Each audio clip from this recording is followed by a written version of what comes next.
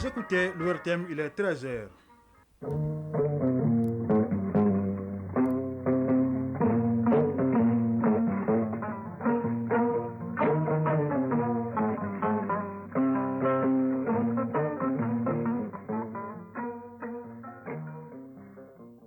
Le journal Siaka Konaté.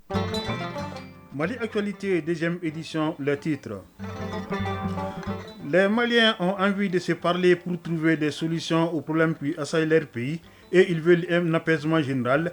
Constat fait par le président du comité de pilotage du dialogue intermalien pour la paix et la réconciliation, Ousmane Issou Maïga. C'était ce matin à l'ouverture de la phase nationale du dialogue, une cérémonie présidée par le président de la transition qui estime que la forme ascendante du dialogue a permis à tous les Maliens de s'exprimer librement. À suivre le grand format de cette édition qui porte sur les vertus du dialogue dans notre pays, un mécanisme traditionnel de gestion des conflits qui interdit le discours de la haine et exige le respect de l'unité nationale. Je suis comblé d'avoir accompli mon devoir civique et tenu mon engagement d'organiser les élections qui marqueront les retours à l'ordre constitutionnel. Déclaration du président de la transition du Tchad, Mahamat Idriss Déby a tenu ses propos après avoir mis son bulletin dans l'urne ce matin à l'occasion de l'élection présidentielle qui l'oppose à 9 autres candidats et qui boucle la transition au Tchad. En football, les deux derniers matchs de la 24e journée du championnat de Ligue 1 se jouent cet après-midi. Les Djoliba victorieux hier de l'AS Bagardian 2e occupent toujours le fauteuil de leader. Les dialogues intermaliens. Mesdames et messieurs, bonjour, bienvenue dans cette édition mise en onde par Bintou Traoré et mise en ligne par Sekou Traoré. Ouverture ce matin au CICB de la phase nationale du dialogue intermalien pour la paix et la réconciliation. Les délégués des 19 régions du district de Bamako, de l'université de la diaspora, des camps des réfugiés installés au Burkina Faso, en Mauritanie et au Niger, passeront au peigne fin les recommandations issues des phases communales et régionales. In fine, un rapport général sera élaboré et remis au président de la transition qui est l'initiateur de ce dialogue inédit entre les Maliens. Le colonel Assimi Goïta vient de présider la cérémonie d'ouverture. Nous avons en ligne Ousmane Daoud depuis le CICB. Ousmane, bonjour. Bonjour Siaka Konati. Alors, qu'est-ce qu'on peut retenir de cette cérémonie d'ouverture ? Tout d'abord, Siaka Konaté, c'est à 10h27 que le président de la transition a fait son apparition dans la salle Djeliba Sissoko du Centre international de conférence de Bamako, pleine à craquer. Sa rentrée est suivie de l'exécution de l'hymne national du Mali. Juste après, le temps est donné par les artistes maliens, une trentaine, autour d'une symphonie musicale appelée Symphonie pour la paix. Cette symphonie a visité 15 aires culturelles et musicales du pays, en passant du plateau d'Ogon à l'adrar des Ivocas de Kidal, le Mandé, Ségou, le Kénédougou, entre autres. Pour le dialogue proprement dit, le président du comité de pilotage du dialogue intermalien pour la paix et la réconciliation nationale, Ousmane Issoufi Maïga, dans son discours, a d'abord peint la situation du Mali depuis plus de 10 ans avec son lot de désespoir, d'angoisse et d'insécurité. C'est pourquoi, pour lui, ce dialogue est une condition sine qua non pour que le Mali retrouve la paix avec nos moyens locaux, nos mécanismes de résolution de conflits. Selon lui, impossible n'est pas malien et rien ne peut résister aux Maliens quand ils se donnent la main. Il a aussi mis en avant l'inclusivité du dialogue qui a permis de conduire un processus solide. La bréviaire du comité est « Aucun Malien ne sera laissé au bord de la route ». 763 communes, 19 régions, le district de Bamako, les consulats et ambassades, ainsi que l'université érigée en 21e région par le comité ont abrité les travaux. Au sortir, pour Ousmane Issoufi Maïga, de ces assises, les Maliens voulaient et veulent se parler franc, sans interférence aux problèmes maliens, des solutions maliennes par le dialogue, dans la vérité, dans la cohésion sociale et la justice. Autour des thématiques paix, réconciliation nationale et cohésion sociale, questions politiques et institutionnelles, économie et développement durable, aspects sécuritaires et défense du territoire, géopolitique et environnement international. La phase nationale fera la synthèse des phases communes, régionales, ambassades et consulats pour faire les propositions des Maliens et in fine, les conclusions seront consigné dans un rapport final remis au président de la transition, vous venez de le dire. Justement, pour le président de la transition, dans son allocution, il a salué la participation de tous les Maliens, à quelque niveau qu'ils soient, pour la réussite de ce dialogue. Il a aussi remercié et apprécié la posture des forces de défense et de sécurité qui sont dans une posture offensive désormais illustrée par la récupération de la ville de Kidal. Il est aussi revenu sur les principes clés qui guident l'action publique au Mali, le respect des choix du Mali, le respect des intérêts du Mali, le respect, la prise en compte du choix du peuple malien. Le président de la transition, le colonel Assimi Goïta, a apprécié la résilience du peuple malien pour mener à bien la conduite à bon port de ce dialogue intermalien pour la paix et la réconciliation nationale. Le président de la transition, enfin, a salué la création de l'Alliance des États du Sahel qui est indispensable aujourd'hui pour mener à bien la lutte contre le terrorisme et la libre circulation des peuples du Burkina Faso, du Mali et du Niger. Siaka Konaté, c'est donc parti pour 5 jours de franchise, de discussion, de propositions, de dialogue entre tous les fils et filles du pays pour une solution définitive aux problèmes qui assaillent les Maliens depuis plus d'une décennie. Le Centre international de conférence est devenu le socle de la diversité culturelle, ethnique, linguistique du Mali dans toute sa composante. Merci Ousmane Daou, vous venez de le dire. Dans son discours, le président du comité de pilotage du dialogue, Ousmane Issou Maïga, a insisté sur l'inclusivité et la bonne compréhension des enjeux du processus par les Maliens. Je vous propose de l'écouter au micro de Mamari Koni. Les Maliens sont conscients des enjeux du moment, veulent un apaisement général, veulent en finir avec le conflit fratricide récurrent, voire chronique, ont envie de se réconcilier, d'être remis au travail et de construire un pays de tous les possibles. Les communes aux régions, en passant par les ambassades et consulats, au niveau universitaire, les participants au dialogue intermalien se sont penchés sur les problèmes d'ordre local et se sont exprimés sur le sujet d'ordre national, sans tabou. Tout a été dit. Tout a été noté et consigné dans les rapports réceptionnés par une commission de centralisation au sein du comité de pilotage et reversé aux commissions thématiques pour traitement et synthétisation afin de mettre à la disposition des délégués à la phase nationale des documents cohérents et consolidés. Les travaux suivront la même méthodologie autour de 5 axes thématiques retenus depuis le début: paix, réconciliation nationale et cohésion sociale.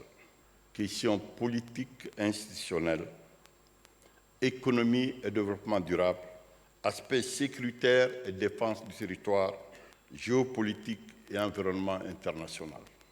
Pour nous, aucune recommandation n'est mauvaise quand elle vient d'un Malien ou d'une Malienne.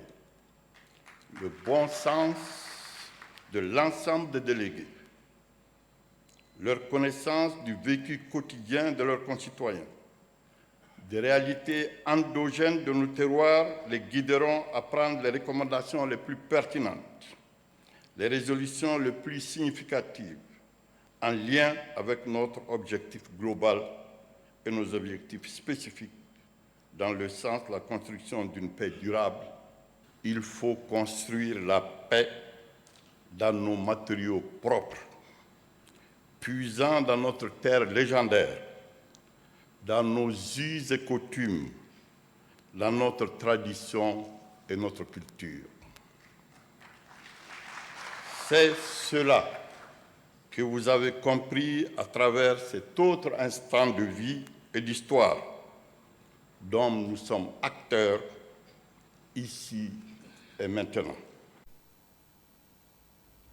À l'instant, le président du comité de pilotage du dialogue intermalien, Ousmane Issou Maïga, dont la sagesse et le leadership éclairé ont été salués par le président de la transition, le colonel Assimi Goïta, a bien apprécié aussi le respect de la diversité d'opinion, la liberté d'expression et la forme ascendante du dialogue qui, selon lui, ont permis aux Maliens de s'exprimer librement.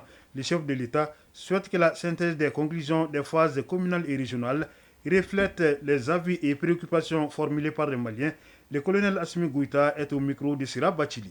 Je me réjouis de constater que la méthode imprimée au dialogue par le comité de pilotage a obéi aux exigences liées à ces enjeux, à savoir la paix durable, l'apaisement des cœurs et la mise en place des bases d'un développement dont les fruits devraient être profitables à toutes les Maliennes et à tous les Maliens.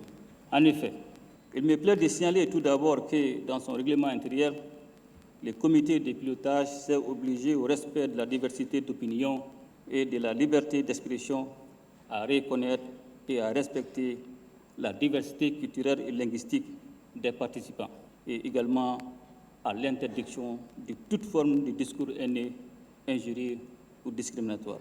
Ensuite, la forme ascendante du dialogue, du niveau communal au niveau national, en passant par les régions, le district de Bamako et les représentations diplomatiques et consulaires, devrait avoir pour effet de permettre à tous les Maliens de s'exprimer.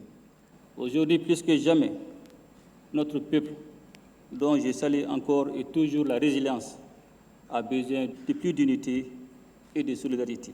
C'est seulement à ces conditions que nous réussirons à vaincre l'adversité et à gagner la bataille du développement profitable à chacun des Maliens.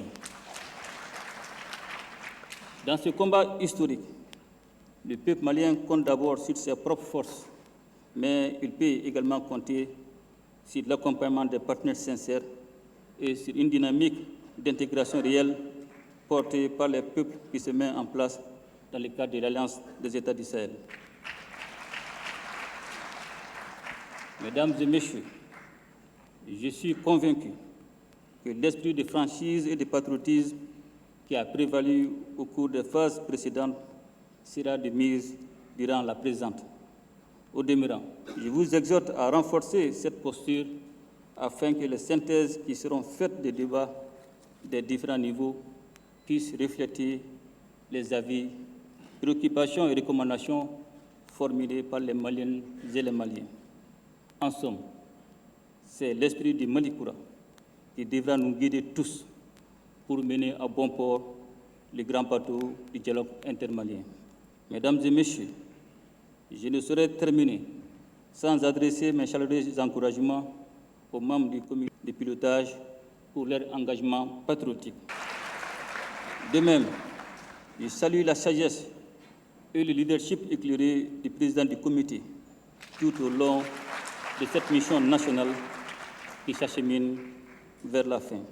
Ensemble, nous ferons le Malikoura, qu'Allah bénisse le Mali et protège les Maliens. La phase nationale du dialogue intermalien, ce sont aussi les coulisses, un aspect auquel s'est intéressé notre reporter Nyaya Alou Traoré, que nous avons en direct dans ce studio. Nyaya, bonjour. Bonjour, Siaka Kounati. Racontez-nous ce que vous avez vu et entendu au cours de la cérémonie d'ouverture.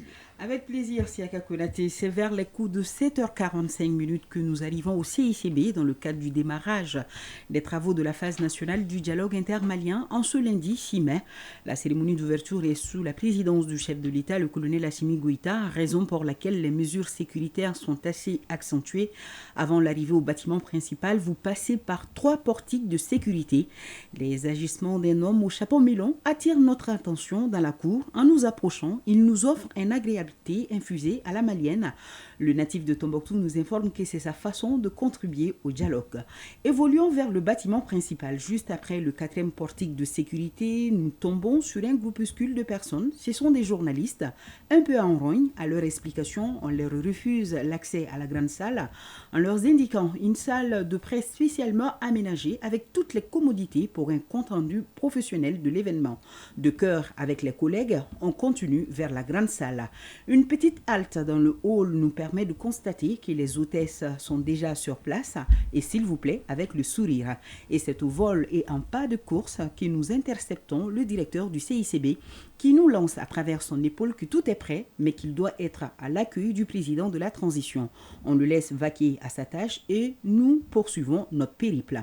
Un petit détour par la salle d'attente VIP toujours dans le hall nous permet de rencontrer quelques personnalités du pays déjà sur place, à commencer par le président du comité de pilotage pilotage du dialogue intermalien. L'ancien Premier ministre Ousmane Issoufi Maïga qui ne tarit pas d'éloges à l'endroit de la presse.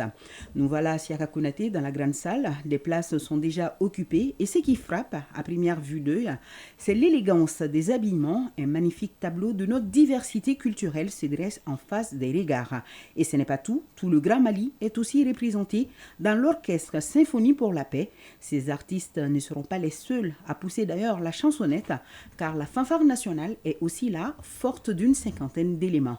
Dans une partie de la salle aménagée pour l'occasion, le RTM est en direct à travers son réseau synchronisé afin que chaque Malien, où qu'il soit, vive l'événement. Dans un des couloirs attenant à la grande salle, des techniciens au RTM SMTD, notre diffuseur, ont la main à la pâte. Bien installée à côté d'eux, une petite table est tenue par un agent du studio Tamani. La radio Hirondelle émet à partir du signal donné par le RTM. Et 10h10, l'arrivée du président est imminente, à en croire l'air préoccupé du directeur du protocole de la présidence. Fausse alerte, c'est le Premier ministre et le président du CNT.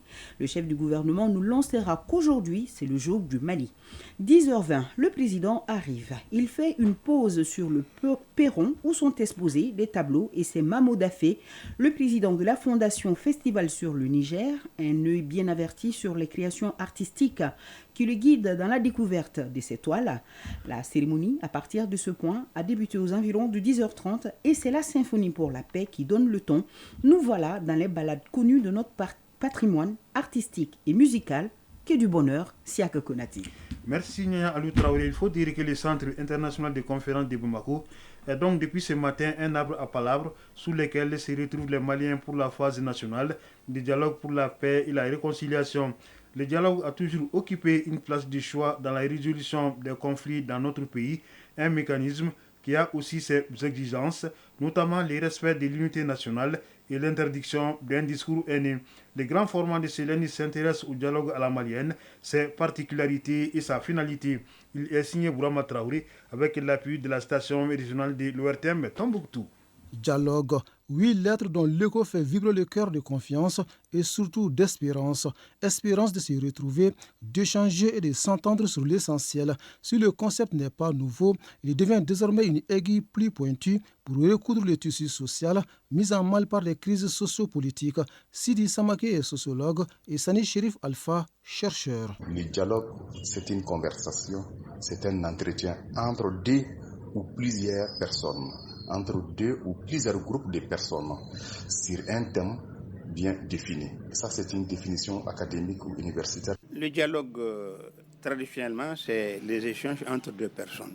Échange entre deux personnes sur un sujet donné et un échange. Échange pour se comprendre pour aller plus loin dans la construction de l'œuvre nationale, comme en témoigne le caractère maliano-malien de ce dialogue, souligné par Sidi Samaké, sociologue. Ce dialogue a un caractère décentralisé. Quand on regarde les différentes phases qui ont permis d'avoir une plus grande inclusivité et participation, donc on peut dire que ce dialogue a un caractère décentralisé. Deuxième particularité de ce dialogue, on voit que, à mon avis, ce dialogue est entièrement piloté par et pour les Maliens, afin de parvenir à des pistes de réflexion endogènes, pouvant aboutir à des propositions partagées, des sorties de crises.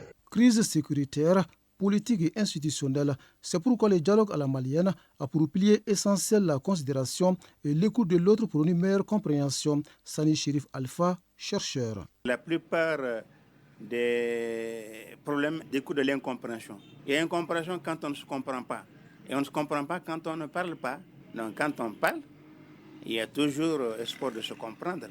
Donc c'est ça vraiment la vertu du dialogue, l'échange. Et il faut que ce soit un dialogue bien appliqué parce que généralement, ce qui se passe chez l'individu, quand vous êtes avec quelqu'un, un dialogue, généralement vous ne l'écoutez pas. Quand il est en train de parler, vous pensez déjà à ce que vous allez lui répondre, alors que vous n'avez même pas entendu ce qu'il a dit. La compréhension est la base du vivre ensemble. La compréhension est la base de la tolérance. Base de la tolérance. C'est pourquoi dans un dialogue, le discours haineux ou à caractère ethnique est banni. En lieu et place, les échanges doivent être courtois et plus directs pour un seul objectif, la défense de l'intérêt collectif. Comme nous l'explique Sani Chérif Alpha, chercheur. C'est de dire tout ce que l'on pense, mais dans la courtoisie. D'être direct, d'être ouvert Ce qui est recommandé, c'est vraiment être franc, c'est être dispo, écouter l'autre, le laisser finir, ne pas l'interrompre et en ce moment parler avec courtoisie, parler avec conviction et assurance. Sous l'arbre à palabres, tout se discute sauf des questions qui divisent les membres de la famille. Et pour consolider l'unité familiale, il faut prévenir les conflits en maintenant permanemment les dialogues. C'est du moins l'avis de Gole Tunkara, traditionnaliste. Même en temps de paix, on doit dialoguer. Le dialogue doit être permanent et un conflit finit toujours par être résolu autour d'une table. Le dialogue permet de prévenir le conflit, de consolider la paix. Le seul souci doit être la défense et la construction de la patrie. On ne doit jamais penser du mal de son pays ou poser des actes dans ce sens. Il faut également apprendre à pardonner aux autres. Débattre vrai pour construire ensemble le futur. Ce principe du dialogue doit surtout s'appuyer sur un pilier fondamental, celui d'une compréhension mutuelle des grandes préoccupations de la nation. Sani Chérif Alpha, chercheur. Cette compréhension mutuelle a pour objectif d'aplanir les difficultés s'il y en a, de se comprendre, de se tolérer, de vivre ensemble et de participer positivement à la vie sociale. Et participer à la vie sociale, c'est quoi? C'est participer à son développement. Parce que l'homme, il vit en société, pourquoi? Pour son épanouissement, pour son bonheur, pour être en paix, pour être tranquille, pour être à l'abri de certaines choses. Et c'est justement ça la finalité du dialogue. Dialogue intermalien dont le train de la phase nationale démarre ce lundi pour 5 jours de voyage. 5 jours pour réfléchir à des thérapies de choc contre le mal du Mali afin de l'immuniser définitivement. Avant de se rendre au CICB pour lancer les travaux de la phase nationale du dialogue intermalien pour la paix et la réconciliation, le président de la transition, colonel Assimi Goïta, chef de l'État et chef suprême des armées, a présidé ce matin la traditionnelle cérémonie de montée des couleurs au palais de Koulouba. Cet événement se déroule le premier lundi ouvrable de chaque mois. Il vise à promouvoir la culture de la citoyenneté et à développer l'esprit de patriotisme. On notait la présence de l'ensemble du personnel de la présidence. Les dialogues intermaliens. À l'étranger, les opérations de vote se déroulent présentement au Tchad, où 8 200 000 électeurs sont appelés aux urnes pour choisir leur président pour les 5 prochaines années. Ils devront départager les 10 candidats qui briguent la magistrature suprême, dont le président de la transition Mahamat Idriss Déby et son premier ministre Success Masra. Après avoir déposé son bulletin dans l'urne, Mahamat Idriss Déby a dit qu'il est animé d'un double sentiment, celui d'avoir accompli son devoir civique, mais surtout celui d'avoir réalisé un engagement d'organiser dans les délais accordés des élections qui marqueront le retour à l'ordre constitutionnel. Le Premier ministre a également voté, tout comme l'opposant Mansiri Lopsi Kireo, qui affirme avoir constaté des irrégularités dans certains bureaux de son centre de vote, notamment l'absence des accessoires, des tables et des registres pour enregistrer les votants. Au Sénégal, Ousmane Sonko n'est plus le maire de Ziguinchor. Le Premier ministre a démissionné de son poste de maire, conformément à une décision que lui-même a prise il y a quelques semaines.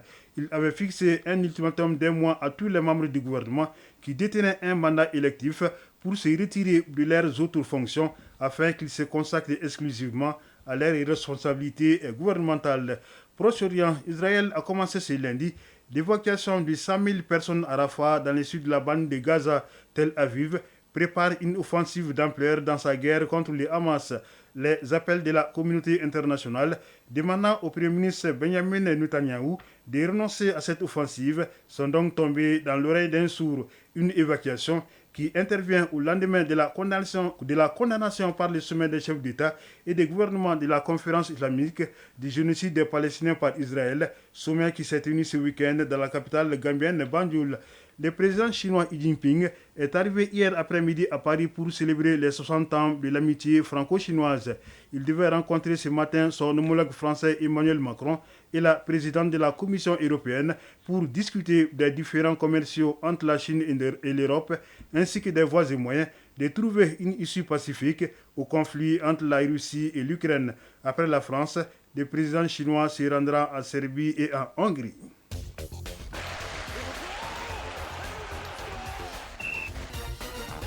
Nous Nous entamons la page sport de cette édition handball. Senou a désormais son centre de handball. Le lancement des activités s'est déroulé samedi dernier à l'école fondamentale de Senou Football, Ligue des champions d'Europe. Les demi-finales et retours se jouent demain et mercredi.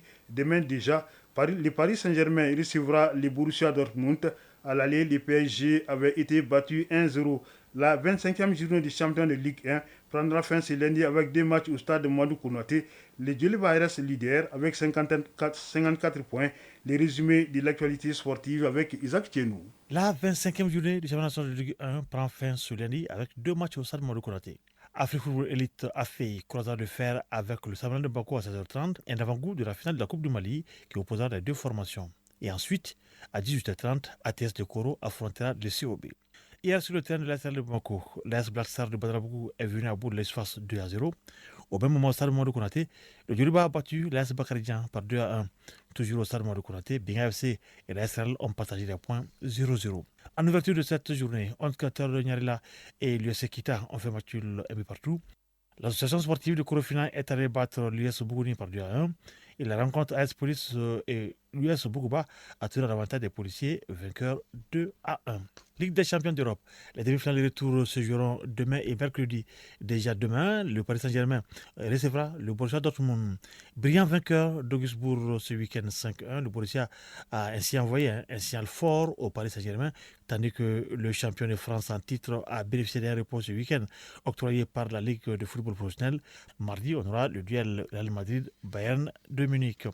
Handball pour terminer, le lancement des activités du centre de handball de Senou s'est déroulé samedi à l'école fondamentale de Senou. L'initiative de la création de ce centre par Fatmata Koulibaly entre dans le cadre de la politique du développement de la Fédération malienne de handball conduite par le commissaire-colonel Cheikh Mamadou Chérif Tounkara. L'événement était présidé par le président de la Ligue de handball du district de Bamako, le colonel Abdoulaye Koulibaly, au micro de Moussa Diabaté.